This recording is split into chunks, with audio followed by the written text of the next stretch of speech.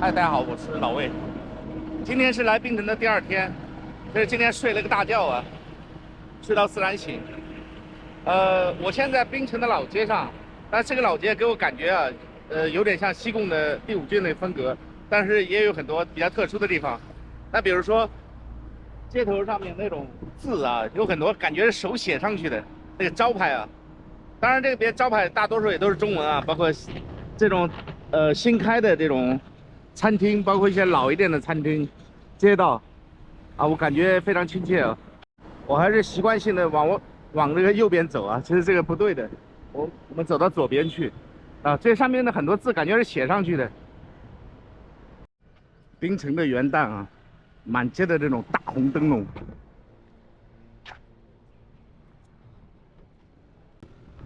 这街道布置得非常漂亮，这种老建筑啊，都是殖民时期留下来的。听槟城的老华人昨天跟我说，这边的福建裔的移民比较多一点。哇，这香炉好特别啊！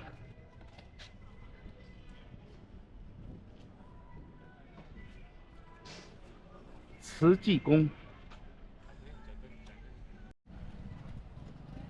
我们到了槟城的老街了，这里叫本头公巷。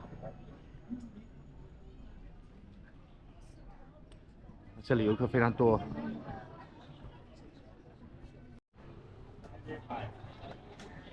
哇，这种老物件儿，好迷人啊！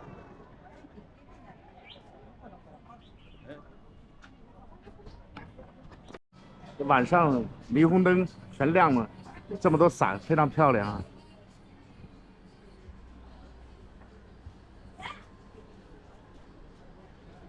我们现在又回到本头公巷。啊，这是卖椰子的。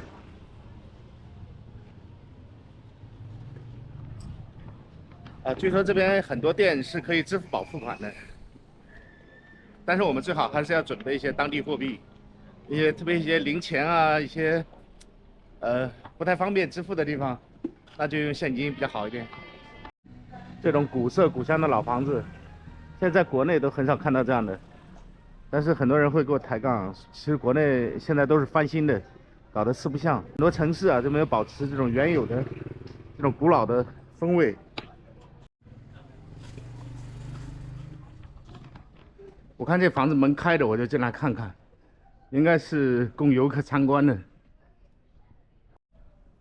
这很像古时候的那种，大家的戏台，啊，后面有个大操场，可以站观众。宝树峥嵘，啊，这里曾经是个中文学校，这还供奉着孙先生的像啊。天下为公，革命尚未成功，同志仍需努力。宗德堂，这应该是个宗祠哦。汕头客栈，啊，这可能是以前家主留下的照片。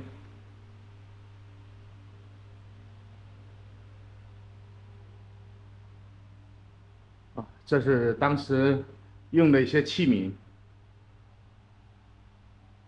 就这样用一个小锁锁着。哇，这还有缝纫机。这个在门后面有一个巨大的保险柜啊，当年的保险柜，哇，这个非常非常的重啊，里面放了很多元宝，这都是早些年的一些用品。我想现在的很多00后啊、90后啊，应该不认识这些了，或者很少见到这样的东西了。那我们这一代人，像80后，还是能够经常看到的，小时候还是用过的。世德堂谢公司，我觉得这个公司啊，应该是公祠，或者说是，它应该不是今天说的公司的意思，应该是一个类似于祠堂啊或者宗族的祭拜的场所这样的意思。那公祠我觉得比较合理一点。这里地面全是这种青石板啊。我们到楼台上看一看。这里就是谢氏公祠的世德堂。看到了2个对联儿，2个匾额，我觉得写的特别好啊。邦之沿兮，这边是宗族之光，这2个匾额我觉得特别有意境啊。福晋中堂，这种建筑都是殖民时期留下来的，很浓重的殖民时期的那种风格啊，现在保存的非常完整，房屋也在使用。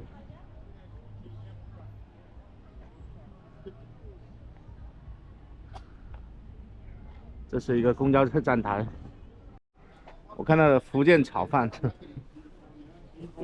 这边应该是华人的餐厅。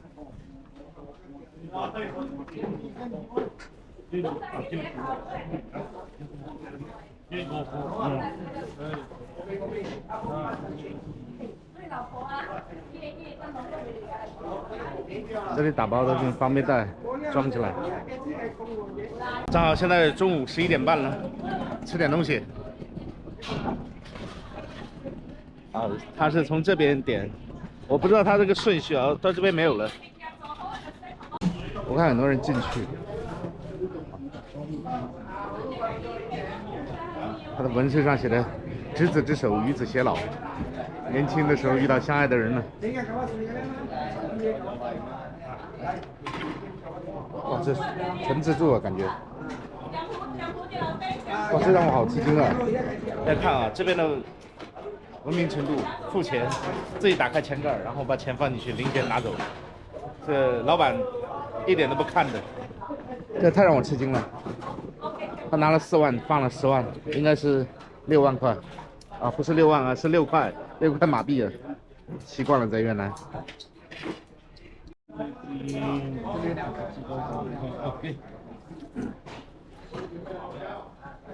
哎，老先生，我点一份。来自己拿。全自己弄是吧？是自己弄，全自助是吧？好。他来算。好。这里是全自助啊，想吃多少拿多少。全部是熟客，他们自己拿。我看他们付钱也是，都不用你管的。没有熟的啦。熟人呐，不熟的不可以。不熟不可以是吧？全部都是老顾客了，熟的。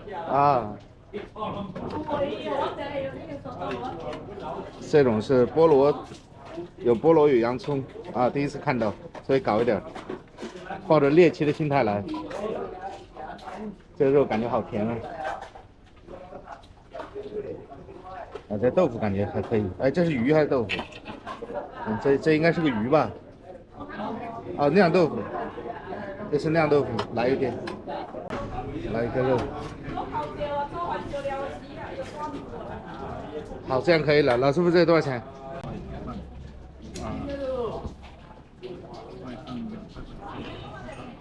？9块半。9块半。对，9块半。我正好还有一个半呢。第一次收到这个。很久没有收到这种硬币了，来办。9块半。好，谢谢您，谢谢您。少给你11块。好，感谢。谢谢。汤匙筷子全部在这边。行。你要什么事情？好的，谢谢您，谢谢您。好。来自中国。对，来自中国。好，谢谢您啊。谢谢。它的筷子色彩很绚烂啊。这一份饭差不多人民币是17块钱，根据现在汇率，那越南盾的话，回到6万多一点，7万不到，还是非常划算的啊。这个米饭感觉有点像越南的碎米饭，我也挺好吃的。它这个菠萝炒洋葱蛮好吃的。吃饱饭找个地方喝点咖啡。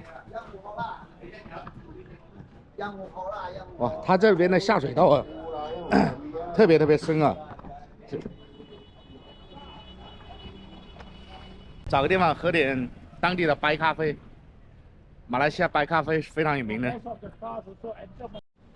我以为这边的咖啡应该像越南一样多，结果咖啡店好难找啊。这个卖榴莲的店啊，远远多于咖啡店。我过那个卖榴莲的店，我遇到好几家了。咖啡店我反而找不到，这是什么原因？这边没有咖啡文化吗？不是该白咖啡吗？哇，这边的街道房屋好有特色，太有特色了。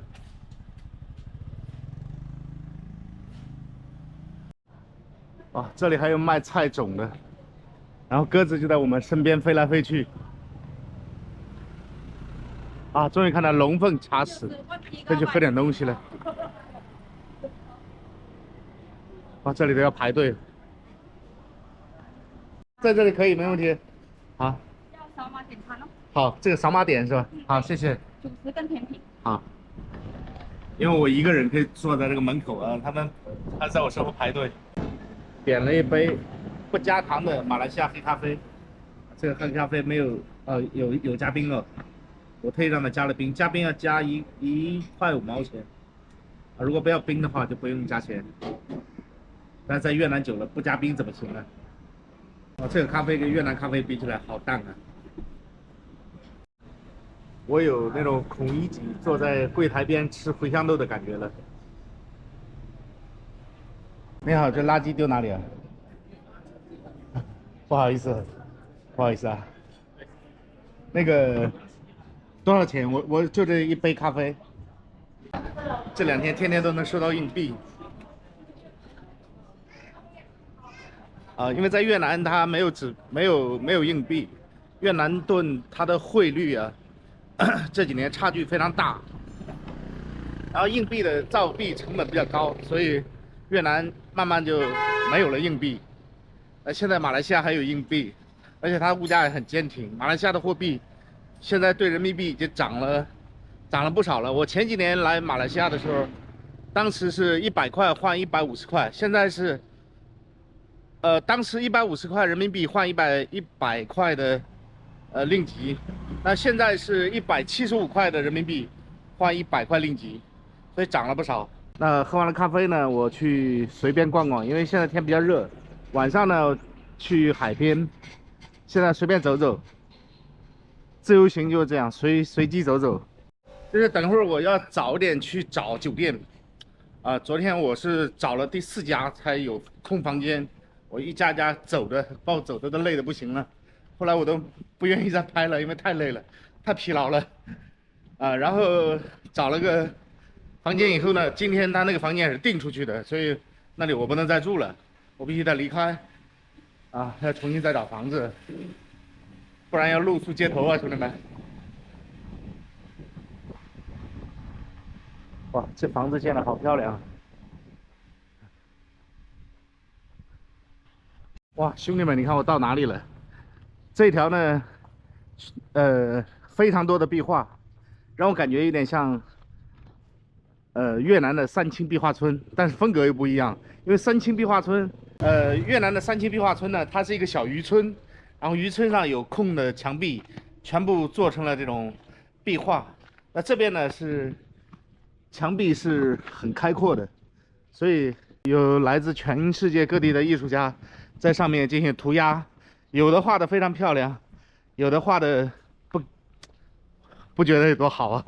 越南的三清壁画村呢，它是当地的越南那边的艺术家，风格非常统一，画风也是非常统一，画的也漂亮。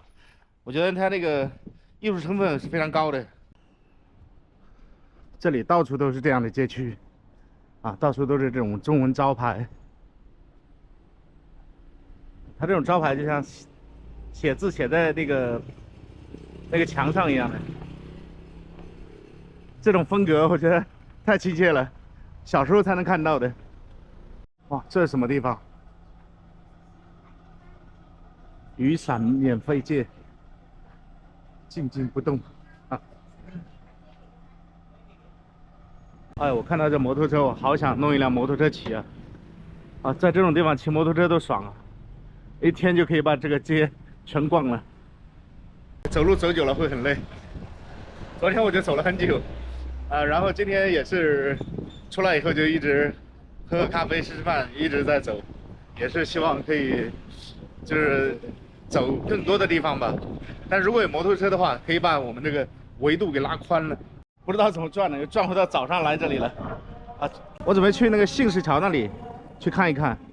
据说信市桥是非常好的一个景点，非常漂亮。这栋房子是建于1940年。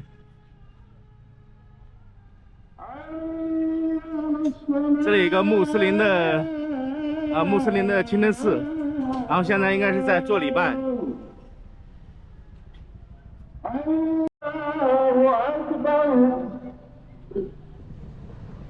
这里是大铜像，这个壁画也非常漂亮，一个小猫带这个蝴蝶翅膀，非常有意思啊。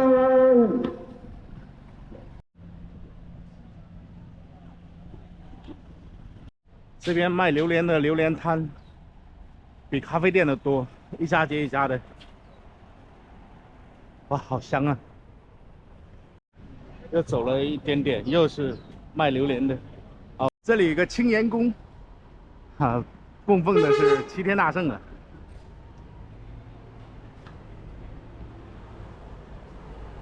这里应该是一个比较大的街了啊。比较大的街，然后青岩宫边上呢有一个信市桥，我们去逛逛信市桥。这是信州桥。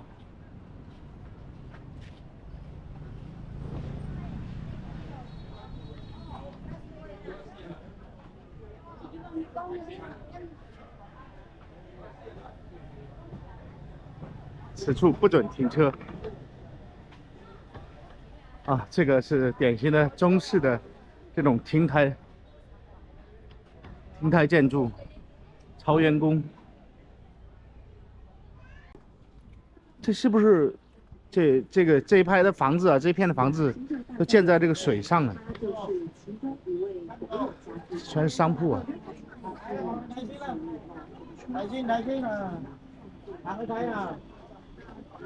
好多人啊！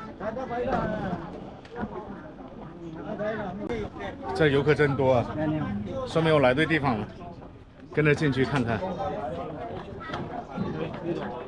但是这两边全是卖纪念品的。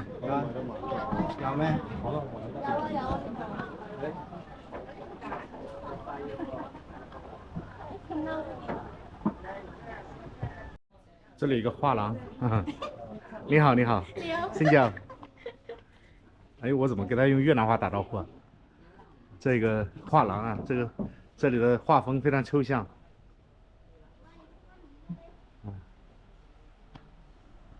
我们现在已经到了这个信石桥的边上了。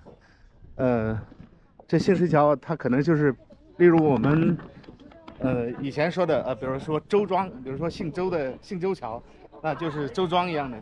那很多姓周的在这儿搭建的这种木屋，水上木屋，其实是海边的木屋，把它抬高了以后，保持一个平面，然后涨潮的时候呢，房间里也不至于湿，它应该是计算的很好啊。这个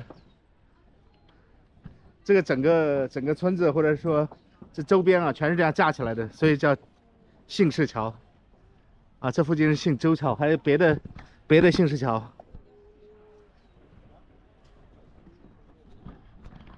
现在的信石桥呢，形成一种就是一个旅游商业街区了，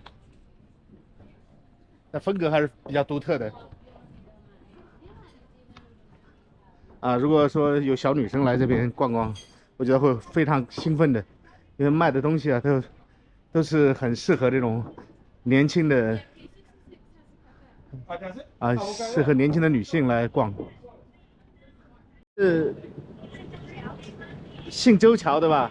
就是全是姓周的吗？这边还是全是姓周的？那你们在这生活多少年了？100多年了。第五代人了，哇，好厉害！这里一个糖水铺啊，点了一杯柠檬蜜，喝点水消消暑，真的好热。哇，这个真的很好喝，很好喝的。我没有收商家1毛钱，真的好喝。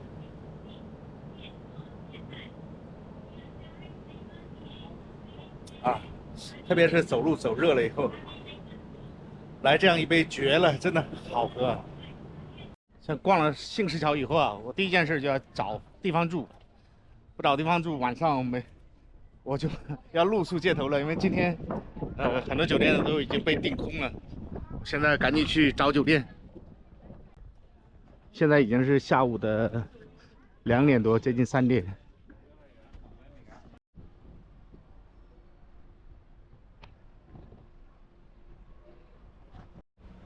这里的壁画涂鸦太有意思了。这房子的用色搭配的非常大胆啊，非常醒目，非常亮。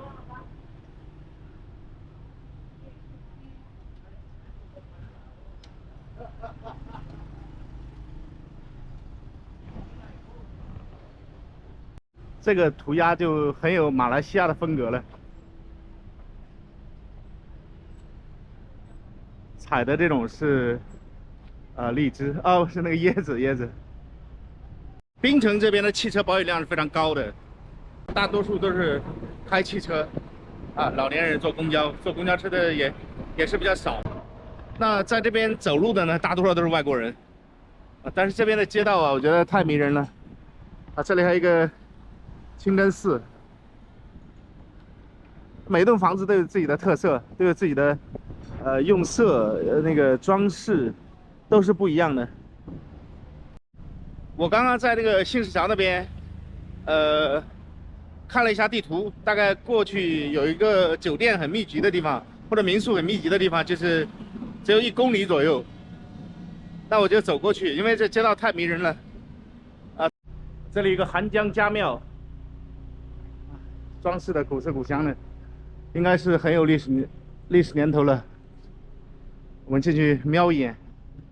这写的槟榔屿潮州会馆纪略，9亿流芳，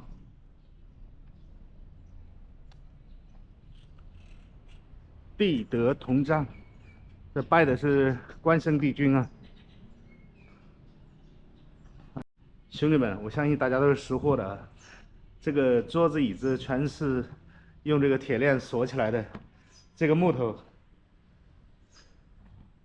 大家猜猜这是什么料子？哇，太棒了！这个凳子我轻轻的用手拉了拉，就很难拉得动，要用很大力才行。这个料子特别好，应该是紫檀的，啊，或者是金丝楠木的。这个我分不出来啊，有没有懂行的多年了？100多年了那个椅子。170年了。170年。那咱们这个应该是家庙啊，我看是写的。啊，家庙这是先天上帝是潮州的庙啊。这总共有多少年了？这整个这个房子。啊，170年。170年。哦，那连那个家具也是那个时候过来的。这个外面呢，穿那个贝壳什么雕刻。下去的。以前中国人的，都是中国运来的。哦，这个上面的梁啊什么都是从中国过来的。柱头打出来也是中国来的。哦，柱子也是从中国运过来的，那通过大船运过来是吧？啊，早几十年前有装修一次。哦，几十年前装修一次，但是主梁啊、主要的结构啊都是中国过来的。啊，谢谢您，您贵姓啊？我姓彭。姓彭。啊，好，谢谢您。那您是出生在这个槟城这边？是马来西亚的。马来西亚人。啊，马来西亚出生的。啊，马来西亚出生的哦。我的祖先是中国来的。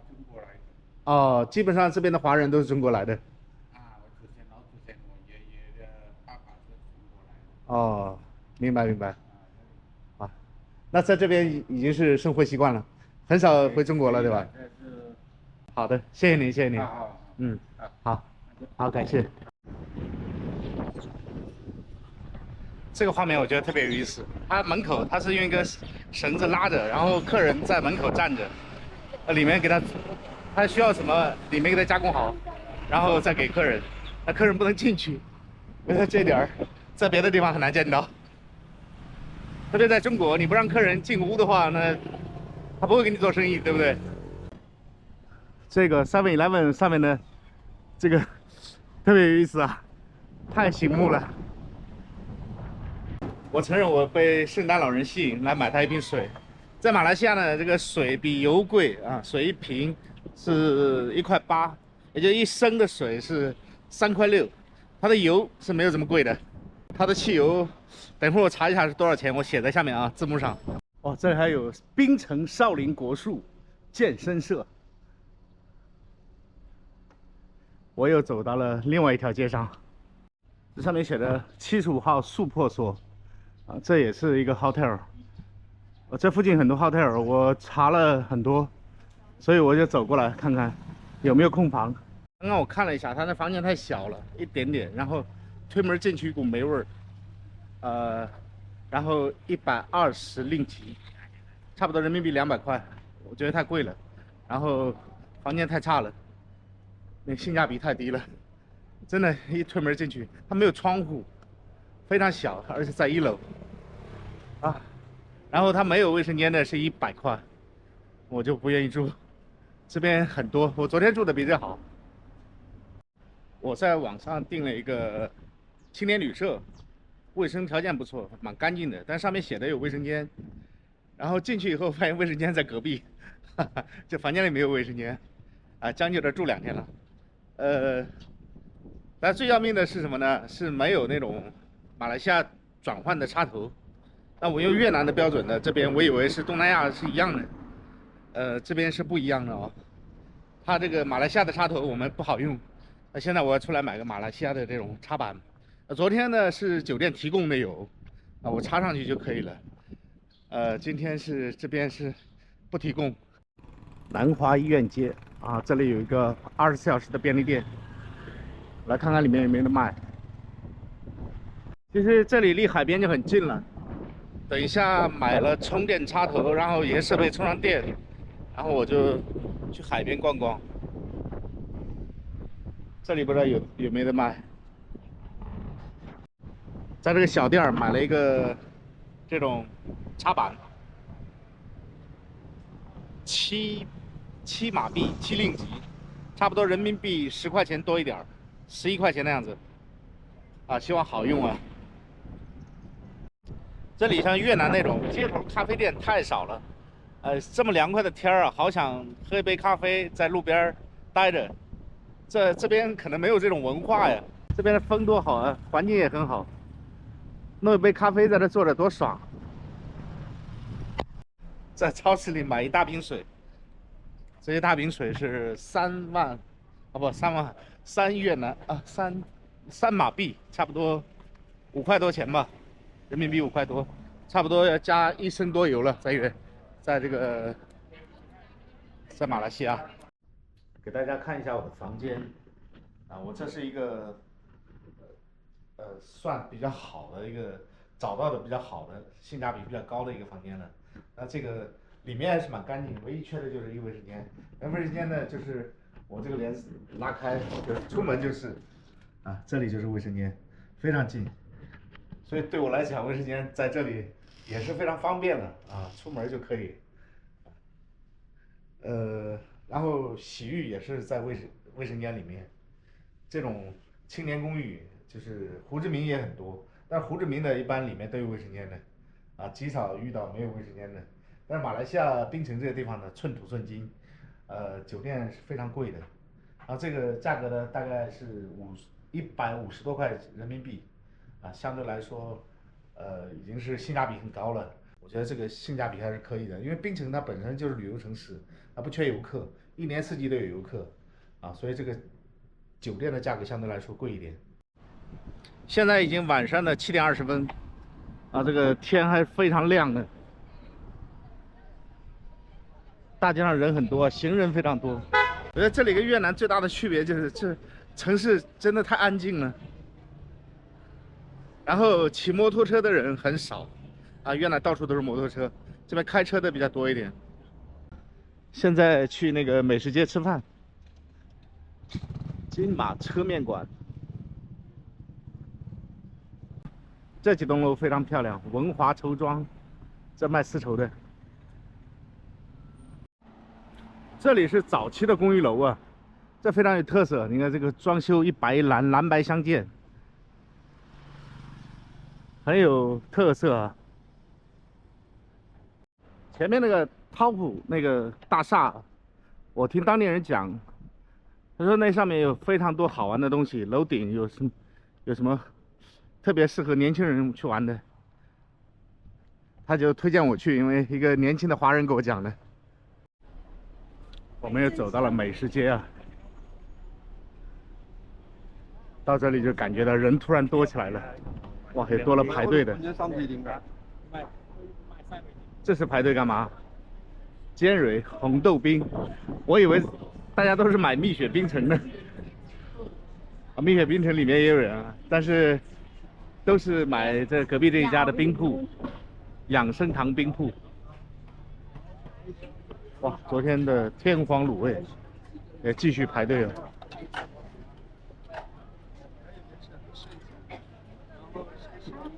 夜毛子食堂，这生意都很好哎。福建虾面、卤面啊，我现在选择困难症了。兄弟们告诉我该吃啥？卤味果汁，潮州卤味果汁。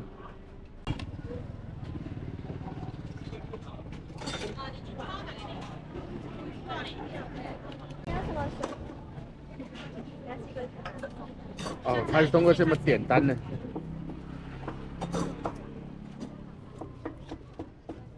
卤鸡脚、卤大鸡腿、卤猪脚、卤三层肉、卤梅菜。哎，我能不能来一个这样的？可以，好。选择困难，我不知道该怎么点，这样多好。这个是那个果汁啊，12令吉。里面放了很多这个卤味，看起来是很有食欲的。是的。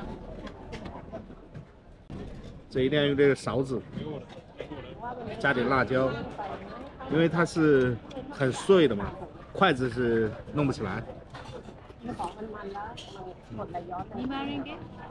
加了一个温的红薯汤。好，谢谢。找了5块。味道是不错，而且不感觉油腻，相当哇塞。